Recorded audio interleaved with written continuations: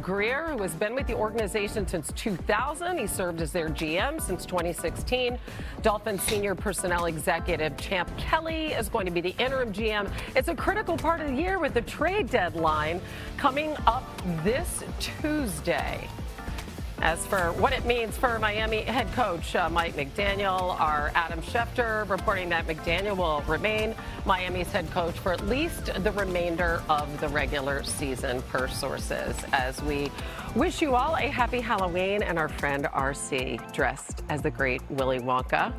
I love it. And he once said, the suspense is terrible. I hope it lasts. That's a Willy Wonka phrase. Yes, ma'am. Suspense is over in Miami. What do you think about the moves they made today? They definitely aren't using pure imagination in Miami right now. You know, this is a struggling organization, an organization that's had players come into its spotlight and play well in Miami and seen them cast off by Chris Greer. And they've acquired new faces around there that haven't actually panned out to be successful on the field. And now when you look at this team and its lackluster performances, the lackluster effort and execution, there had to be a change. The only reason I could see right now for keeping Mike McDaniel from Stephen Ross is to not put this entire organization in upheaval as you try to assess the players and the staff within this building. The thing for me is this.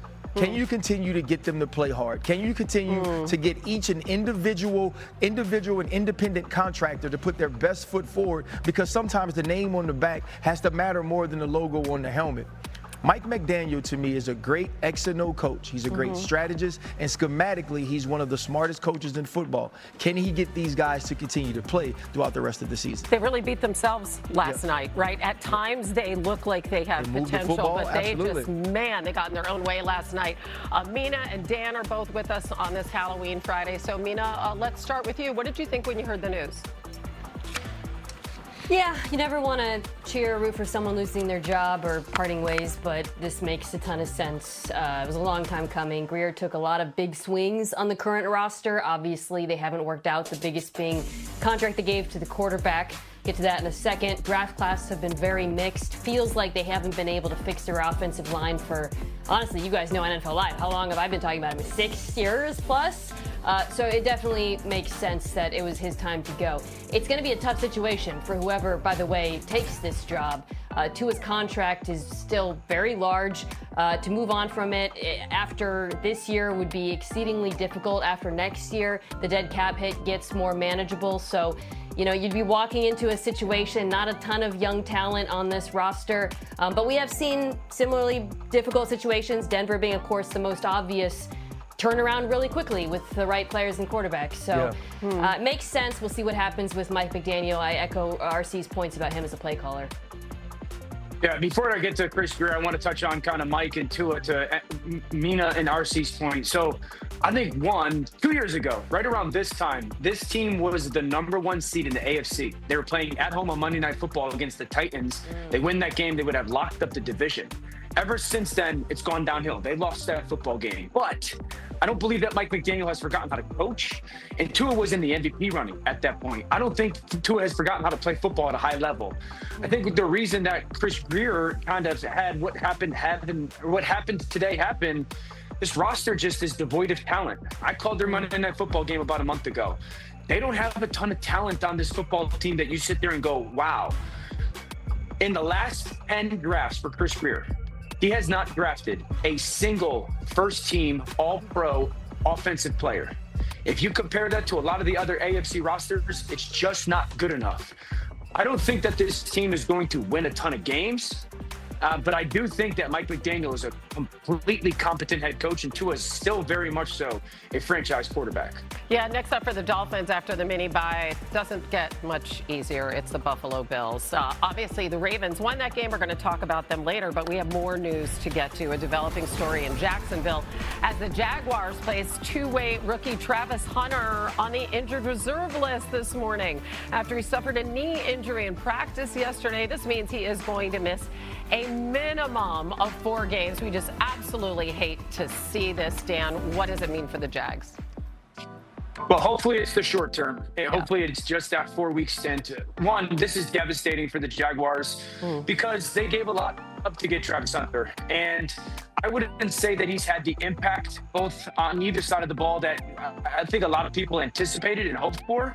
So you're sitting there going, gave up a lot of draft capital for him. And right now he's been good at times and really good, but maybe not as impactful. I think the second thing was he's coming off his best game as a wide receiver. Yep. And you were sitting there after that Rams game going, all right, now you can come off of the bye and take off. Because this offense needs him.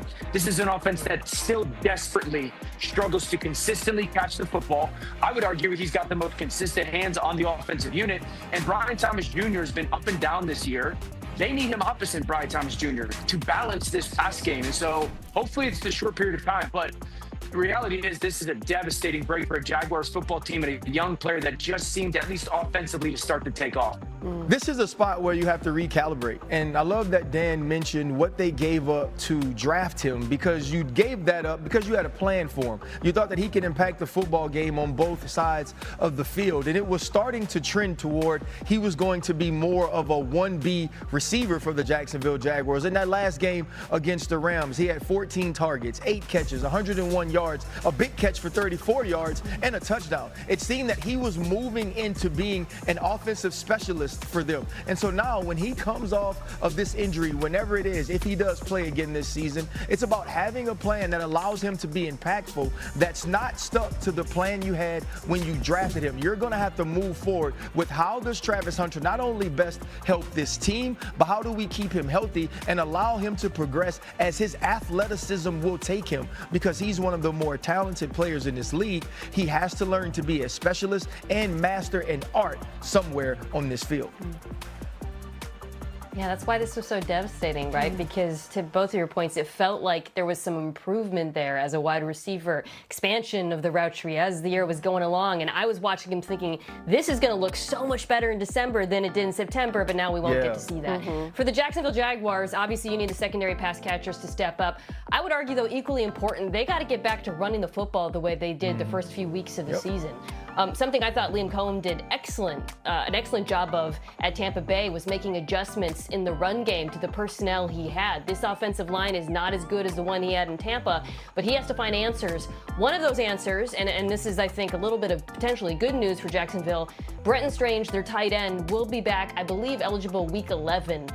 The more I think about it and the more I think about what I saw from him the first month of the season, he is really important in this offense, both as a pass catcher, but also equally important as a blocker. He was such a big part of what they were doing on the ground. So I think his return will help them be a more balanced offense, and I think they can build off of that going forward. RC, to your recalibrate point, I wonder if this makes Jacksonville recalibrate their thoughts of his usage. He came into this season thinking he could play both ways, and that was their plan. And I know he was nicked up a little bit in like week 2, week 3, and now this happens, and it might be an independent type of event. But I wonder if they sit back, him coming off of this injury, and say, you know what, maybe we gave him too much too soon, and he is just a offensive or a defensive player, and he's not both. Yeah, and I think that is with an understanding that you have to accept you may have been wrong, right? The lure of Travis Hunter was that he could play both ways, that we watched him play 100-plus snaps throughout his college career in every game. But this is the NFL. It's different. It's difficult to learn. And physically, that will take its toll on you. We don't know how this injury happened, but this does tell us that you have to manage how much you give this young man and how much you ask from him, because he's only human. And he really wanted to play both ways. That's the other part. He made that clear. It's going to be a very difficult discussion if it does come to that coming up. All right, we are just getting started here. Halloween.